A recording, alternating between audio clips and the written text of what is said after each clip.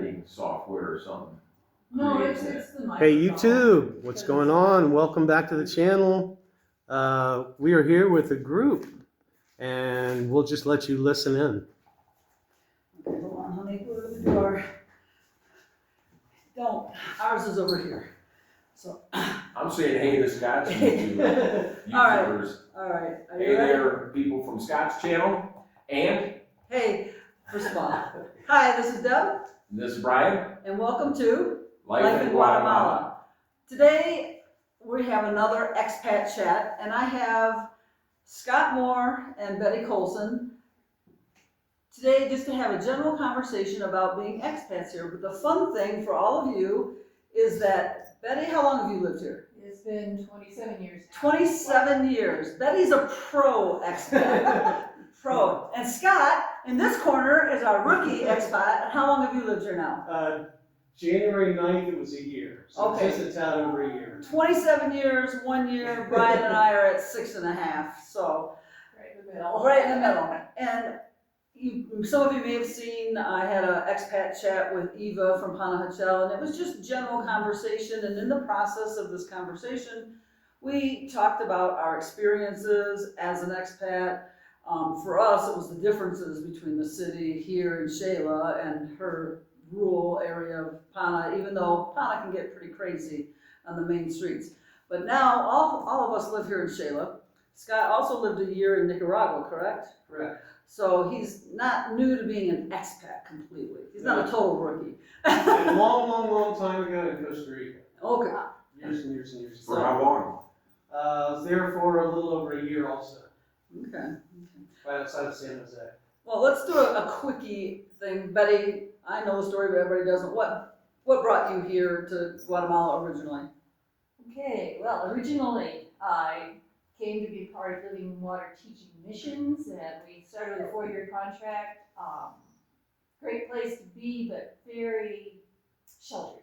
Okay. And then we just broke out on our own after that, independent. And Whole new world, eh? Yeah. Yeah. Lots of changes. How did you end up coming from Nicaragua to Guatemala? Well, our original plan was we were going to retire, we were going to Mexico, and we were going to very slowly travel all the way to the bottom of Argentina. And then we were going to decide what's our favorite place. My wife changed everything like 2 months into it and said, because she's originally from Nicaragua, and she said, my mom's 90th birthday's coming, let's start in Nicaragua. So we went there. Climate is really, really important to us. We love cool weather. Yeah. And so we thought, okay, we're going to Nicaragua, we're going to the mountains. At least maybe it'll be a little bit cooler, because where she lives on the coast, it's sweltering hot. Exactly. So we went to Nicaragua, and we were in a city called Matagalpa. Very nice, but still just way too hot. And when we started looking at Guatemala, I kind of thought it was going to be kind of like Costa Rica. I remember seeing you on Facebook asking questions. Yeah. That's how we first hooked up, was on Facebook asking questions. I mean, we didn't hook up, but you know. Well, the only place we could find information really was like, we found a lot of information on Antigua and Lake Guatemala. And then I stumbled on one video about Quetzaltenango. I was like, that sounds even better. And I kept like, there has to be something wrong with this place because there's not a lot of videos. And so finally we're like, okay, we're going to try it anyway because the temperatures are what we like. And we got here and we were like, this place is awesome. We love it. We don't want to be around a bunch of tourists. It was just perfect for us. And for those of you that don't know, as an example, it's probably going to get into the mid-60s today out in the sun. That's a perfect day. Yeah. And it gets into the 40s at night for sleeping. That's a great night for sleeping. Now, we did have a frigid December and early January this year, meaning we actually had a frost 2 mornings if you got up early enough. But coming from Michigan, that was nothing. That's rookie weather. That's shorts and t-shirt weather Yes. for us. Spring is here. Spring is here, yeah, exactly. So, having lived here for 27 years, and you raised a family here now too. Yeah. And so it's more than just, I'm an expat. This is home. When's the last time you were back in the States? Well, not counting airports, it's been more than 10 years. Wow. Yeah. I just don't go. So, yeah, and I guess there's really nothing wrong with that, but, I would miss it if I didn't at least go back and visit, but I still have my parents there, so it makes a difference. I don't know, once my parents pass on, I don't know how often I'll go back. Yeah, you know, really for us, in my opinion, for me personally, that's my main draw to go back there is to visit my mom. Yeah. She's the one remaining parent that I have, and then to visit Debbie's parents, which fortunately, They live in the same they live right in neighborhood. the same condo complex, so you can just, a 3-minute walk between the houses, so. Exactly. But once they're gone, We don't know. I don't really, I mean, there is a draw to go back there, and we've talked about this on other of our videos, and we lived there for 55 years, 56 years, you're accustomed to a lot of things that are completely different here. And sometimes it's like, man, I would really like to do this. In general, I make a list of the foods that I'm gonna eat that you just can't hardly get down here, you know, there's. Yet. Yeah, oh yeah, Things a are lot of changing things are fast. coming, a lot of things are Yeah, coming. there's things coming, but still, I love a fish and chips dinner. You know, deep fried cod with some French fries and stuff, and I've seen cod here a couple of times at a couple of places, but it is not easy to It's not get. the same thing, no. It's not easy to get, and then to go to a restaurant and say, I want a fish and chip dinner, that ain't happening. I think I've heard of it, someplace in Antigua there's a restaurant That'd be owned by nice. an expat, a foreigner, and they sometimes have fish and chips or whatever, but. So do you miss, not having been back for 10 years, but is there any one thing you can think of that you would kind of miss or that you would want to do different if you went to the States for even just a visit?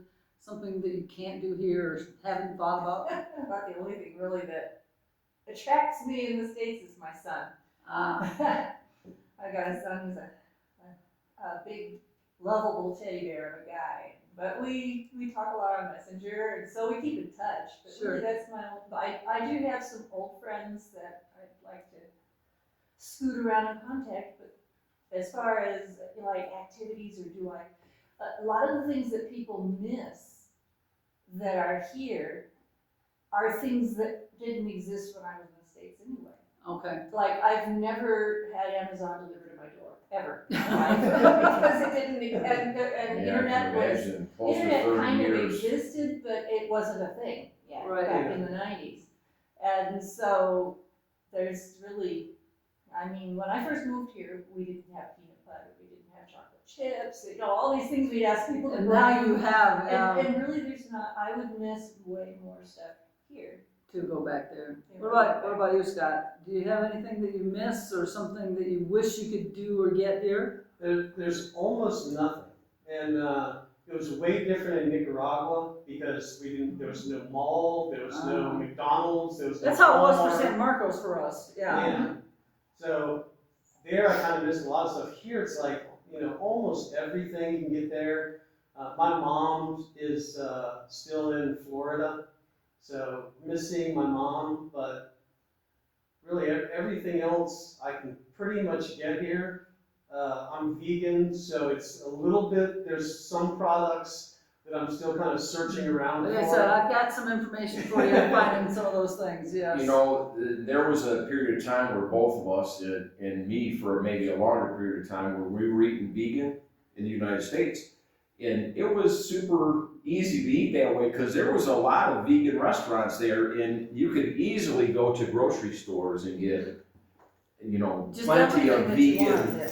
products. And here, besides buying fruit and vegetables, it's all these ingredients, because there's multitudes of recipes. That was my and to big find thing. the ingredients here, it's like, first of all, how do I translate this word? What was it you were looking for the one time? It was like sage or Sage, something. it's salvia, And somebody said, well, that's called this, and you go and get it, it's like, ooh, this is not what I'm looking Well, for, you know? And what it's turned out to be is it was what I was looking for, but because it had not been ground and put in a little bottle and everything, the odor was overwhelming, and I wasn't aware sage was part of the mint family, and so it had this minty smell to it and it was overpowering when I opened it. So I ended up finding the sage that I couldn't find that I bought from the States, number one, and having 2 bags of sage, which, as I've learned since, it's also an anti-inflammatory, so now I've been putting it on all my chicken so it worked out. So now I have lots of sage, lots of turmeric, and I do, if I want to cook up some of my Indian chana masala, I found garam masala finally, things like this, but I had to learn about the specialty stores, and it's not that things don't exist here, it's that, in the States, we're used to the convenience, one-stop shopping, basically. If I go in Michigan, as an example, Myers has everything. I can get something from my car, I can get something from my kitchen, I can get clothes, I can get all my groceries, food. all in this one big place. Here, if you want this kind of screw, you gotta go to this store. If you want this kind of nail, you gotta go to that store. Yeah, and the Walmart here is kind of like that, but they're just, in the United States, they have more of basically everything, Yeah, So the everything. Walmart in the United States has more variety of things in the store than Exactly. here. So it's a thing that, can be a difficulty at times, but But being retired, we're retired, I know you're retired, and Betty's not ever Betty's retired. She's always doing overtime working. something. Overtime working. But I'll the biggest convenience for us really is the cost of living overall. And there's gonna be some things, some of the foods, I can find the same price foods, depending on, like, if I shop at an Aldi's near the house. I can keep my food budget pretty similar, but not if I chose to go to the market, I could save a lot, but I go to the supermarket because I'm an American and that's what I do. And, but the housing here, we live in this really nice house, this really nice condo. This same place would be 4 times the price in our neighborhoods at home, and maybe more in other places, in other states. And I'm in a very comfortable home, I'm in a very comfortable neighborhood, we have great neighbors, they're more than, some of them turned into friends, they're not just neighbors anymore. And so I don't have I used to be homesick a lot more often. I'm a lot less of that anymore, especially when we lived in San Marcos. I felt very isolated. You can live really even cheaper than here. Xela is a pretty inexpensive place compared to like Antigua or the city or something. But, the availability of getting things done and doing things here, go ahead and don't let me do all the talking. That's why I have you guys here. Talk about your experiences maybe from early on to current day, and talk about what you're deciding and have a conversation amongst you. Let's see that versus. Come on. Well, of course, one of the biggest challenges when you get here, if you're not super prepared, is the language. Oh yeah. And now that could be one big difference back then. We didn't have apps on our phones because our phones didn't have apps. I mean, I remember my first cell phone was way after we first got here, and it was one of those little flippy things. Yeah. So I couldn't go to Google Translate and do all that stuff with, but I didn't really need to because I had enough Spanish to survive high school Spanish. More coffee? Sure, that'd be great. And so I got by, but still it was just challenging with specific things, I couldn't get my car fixed and understand the language for that, stuff like that. But so the language, a lot of good helps for that nowadays. But challenges, raising teenagers. My teens were 13, 15 when we got here. And all the drama that ensues after that when they grow up and things happen, but that's for another video. But yeah, the experience is definitely challenging, and in the situation we were at, I didn't have a lot of time or ability to enjoy all the fun stuff and good stuff. We traveled all over the place, but we were always working. And so I've gone to every department of the country. But not as a tourist. I've done very little touristing here. In fact, Brian and Deb, you guys have done a lot more touristing than I have. Not really. We came down here Oh, under yeah. different situations, or whatever. We came down here to retire. You came down here to work, and you're still working to this day. Now you started off living on the campus, right? Of living water teaching, and then you were renting houses or apartments, and now you own your really. Yeah. Bettie is really one of our neighbors here. She lives just outside of the walls of our condo. Stone's throw. So very I can imagine in all that time you've seen, like tends to happen worldwide, as the prices go up from whatever an apartment cost way back when to what they're costing today. Still, of course, I do know you can rent pretty darn expensive places here. Yeah. People paying well over $1,000 a month rent Even in here in Xela. Xela, Yeah. let alone the city. I think there's places that I've seen advertised that are like close to $2,000 a month for rent I for got just been there. pretty nice places. But what's your take on the housing The change in the house. housing costs here and stuff like that? Housing costs have gone up, but I don't think that, the percentage of costs in general, like for a family or person, is as high a percentage as it would be like in the States. Because I know when I was growing up and coming of age, they said 25% of your, monthly expense for your housing, and I think in the States it's gone way about that now. Oh, yeah. But here, it pretty much still sticks with that, and it's gone up with the economy and everything else, so it's not exorbitant. And the fact that, since they don't have like codes here, and you can pretty much go down as far as you want in quality, and nobody, it's not challenged by the government for the quality of the housing and stuff, you can pretty much find anything you want, at any price you want, that you're willing to put up with. That's the key right there. What are you willing, Scott told us kind of a horror story about his first rental, your landlord and near the park. Now, you're still renting here, right? Or did you buy in Xela Garden? No, Okay. Actually, they're looking to move out of Xela Gardens again. Yeah. Oh, shit.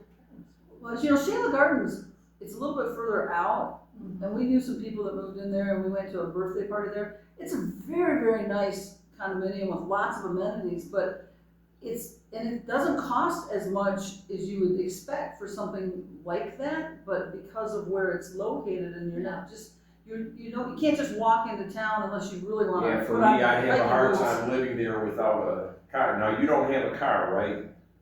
Don't have one, we're trying not to ever get one. Okay, and no motorcycle or no other thing, so you're using public transportation or Ubers or whatever, taxis, whatever you find. Yeah, I mean, really, the hardest part is, like, from my house to the entrance, it's some 25, 30-minute walk.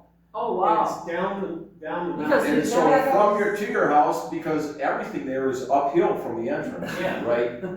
Yeah, so I know that from being there a couple of times. yeah, if I go to the gym, I have to do the 30-minute walk down the hill, hop on a bus to the rotunda, get a microbus to Parque Central, and then walk to my gym. Isn't there a gym in the Xela Gardens?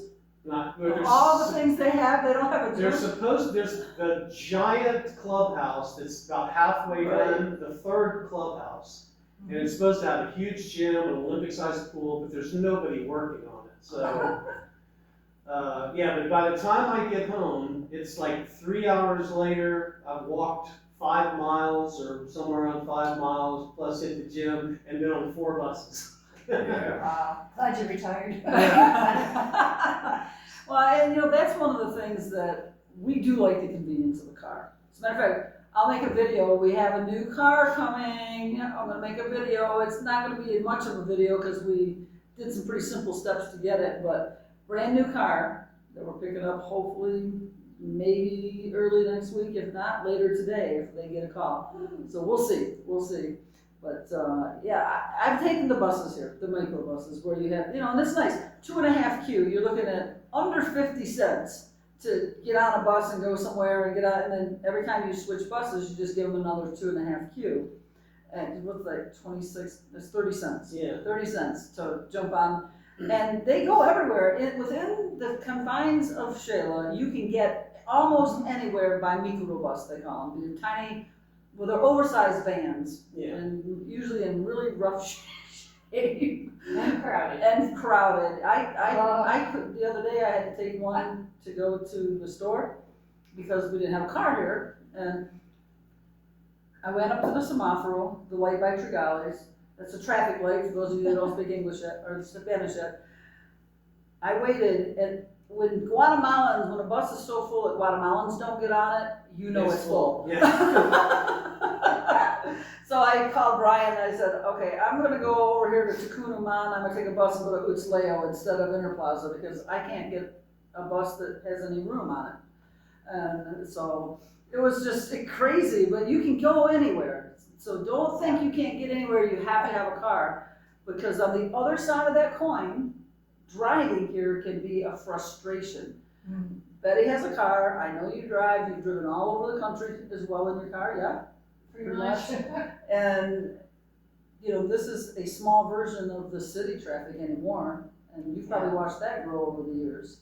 Oh, yeah. It was so different. It was so peaceful here. Well, Zone 1, when we lived there, was super easy. I mean, we could almost walk everywhere. If we wanted to go to the mall, just like you said, hop on the microbus or Walmart. But yeah, Xela Gardens, we moved out there because we had two really, really old dogs that have passed away recently. And because like in Zone 1, we couldn't walk them. They couldn't get along with the street dogs. Yeah. So we thought, well, we're just gonna go out to Xela Gardens, there's no street dogs, we can walk them around. So now instead we've got 3 puppies. We had 2 puppies and one that's a little over a year old. This little street dog that looked like a living skeleton that walked up to us. So. Okay, I was gonna ask that question because I remember seeing that you guys were adopted by a street dog and you were trying to find somebody who could take this dog. Yeah. Because you're like, we already got these dogs and because they're older, they required a lot of care. And I never really heard a resolution, but now I see you still have that dog. Yeah, still have her. We walked around, we kept thinking, oh, we're just, we didn't know what kind of condition she was gonna end up in. Whoever had her, because like if you walk along, the street dogs pretty much ignore you like you're invisible. Right. Walking around town. You hope. This one ran right up to us, tail wagging, standing in front of us, which I thought was strange at the beginning. Then we find out she had already been fixed. So somebody had her, got her fixed, got tired of her energy, and tossed her out in the street. Well, a lot of the rescues, they'll take street dogs and fix them and send them back out. Yeah, so I was gonna comment on that too, that a rescue here, they can't necessarily hold all the dogs and they can't adopt them all out. But they will go in specifically the females, because those are a kind of a quick turnover, as opposed to a male dog getting fixed needs more care or something. So Yeah, it seems like a female, they can take it, get it fixed, and within like 2 days, they can put it back out where it was. Now, maybe in those 2 days, that little puppy got accustomed to having 2 or 3 meals a day and getting a little bit of attention and whatnot. Maybe, or I've heard the story of, people, they just let their dog. Yeah, they're not even street dogs.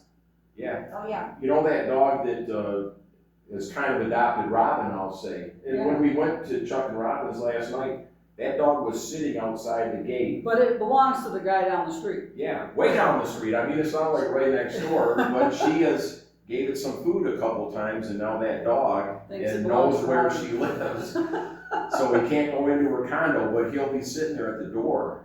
And he'll wait. Waiting. It's kind of. Let's go, speaking of condos, let's go back. Okay, so Yeah. Scott, you had your housing. Betty lived in a number of places and now owns a house that you can do with as you please as time prevails and as things happen. She's going to be doing some changes to her house. Scott, you've lived in an apartment you didn't like, and now you're in a condo you do like, you just don't like the location. What kinds of things, because Betty commented on the quality of work in some of these houses is why prices could be altered or different. What have you noticed, having lived as a newer person here and being in the States more recently than Betty, what have you noticed as far as the housing and the quality and your options? Yeah, it's a huge range, from really bad to really good.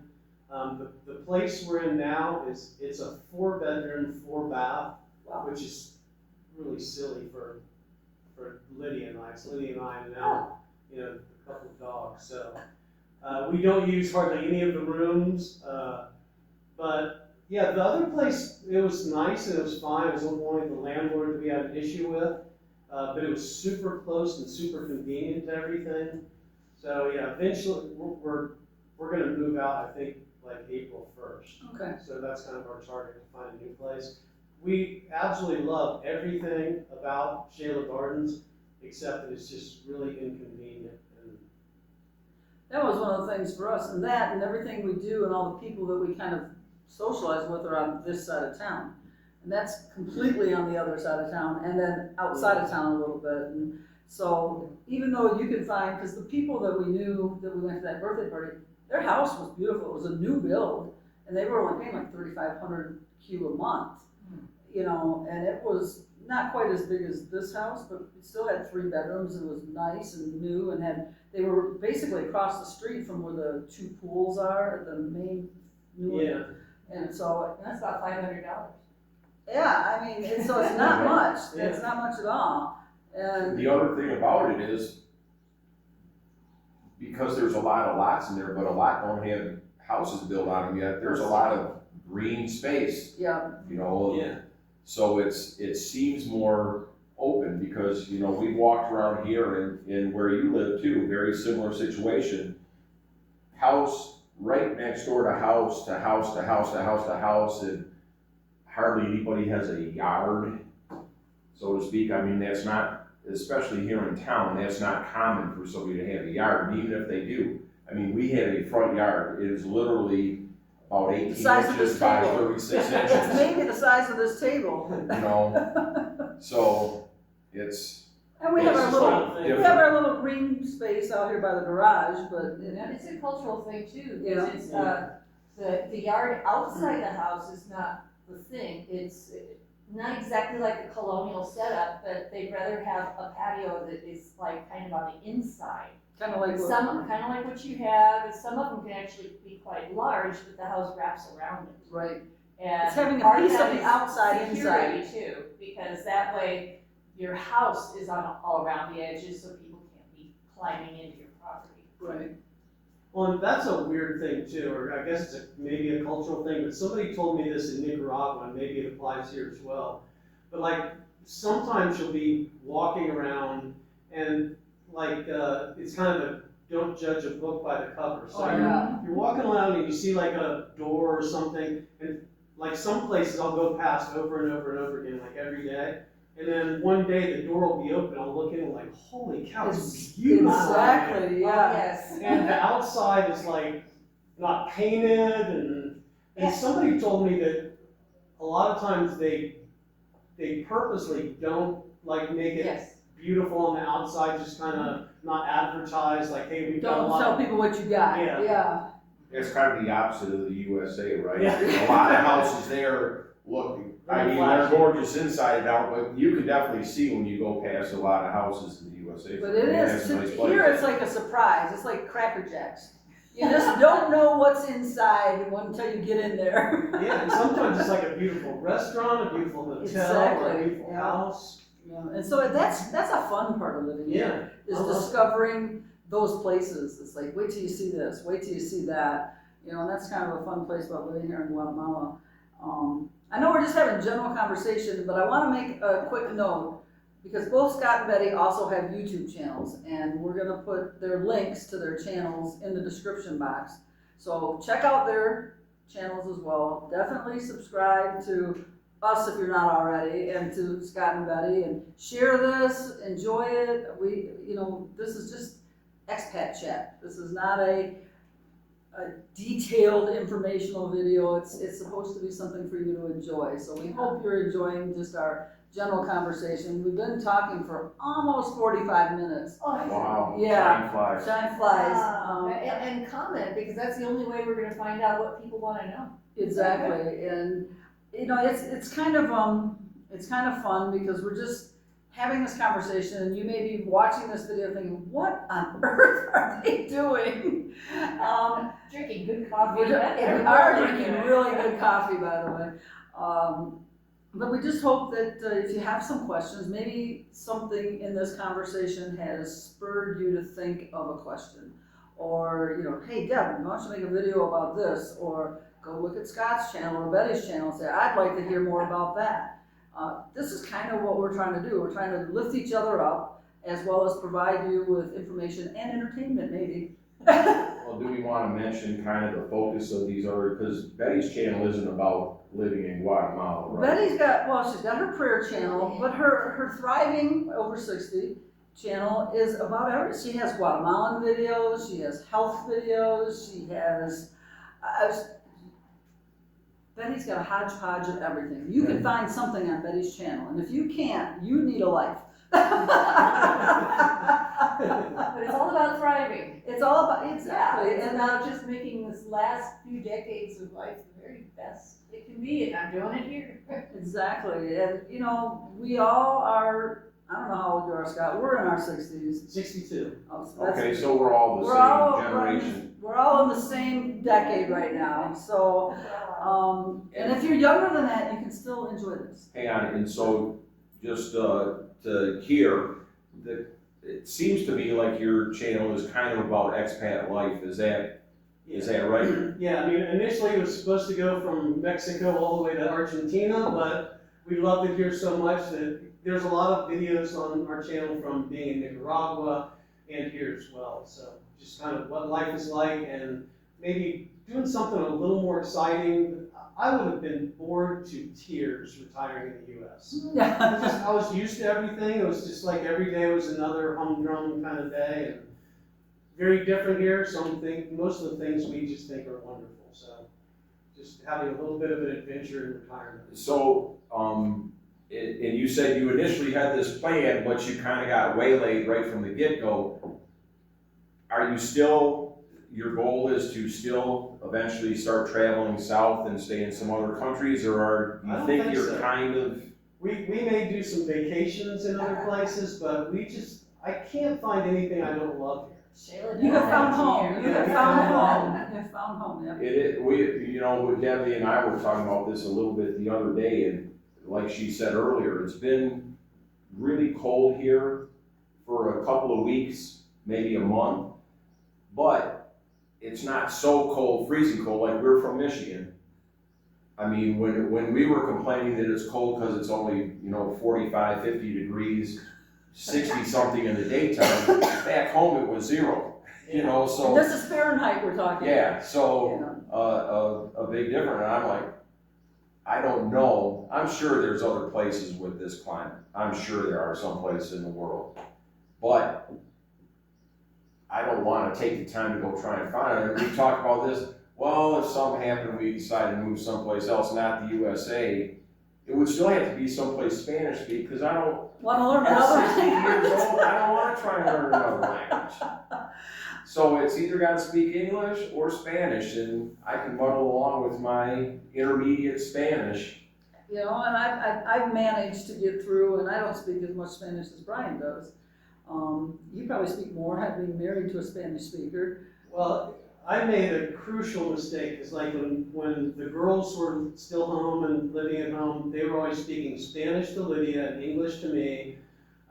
Lydia was always speaking to me or asking me questions in Spanish. I was always answering in English, which looking back was stupid. I could have greatly improved if I would have been responding in Spanish. But so yeah, in our house it was both all the time. Okay.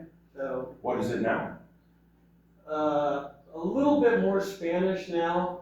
Okay. Because she is irritated when she says something that I don't understand. I'm like, well, you know, she was in the States for decades and her English still is not perfect. So I Right. get a little slack there. Yeah.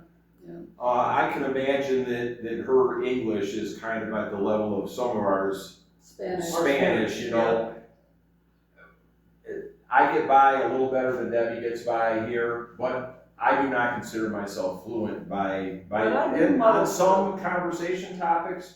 Yes, I can just talk on and on, but there's some things I just don't have that vocabulary, you know, so. This is where I have an advantage with the doctors, because a lot of doctor terminology is all Latin-based, the terminology, no matter where you're from. And because I spent so many years in the medical field, that helps me a You know what's lot. kind of funny? I remember way back when it used to be kind of I don't know, a joke or whatever, but they would just convert to Spanish an English word by putting an O or an A.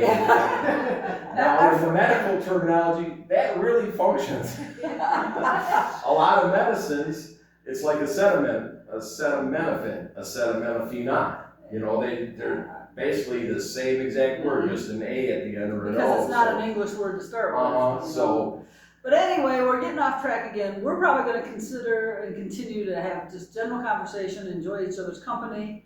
I'm gonna post this video. I hope you enjoy parts or all of it. Actually, I hope you enjoy it all.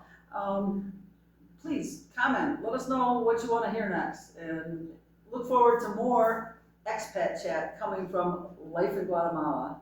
Have a great day. Say goodbye. I'm not ready to leave yet. Bye-bye. Bye-bye. Bye, everybody.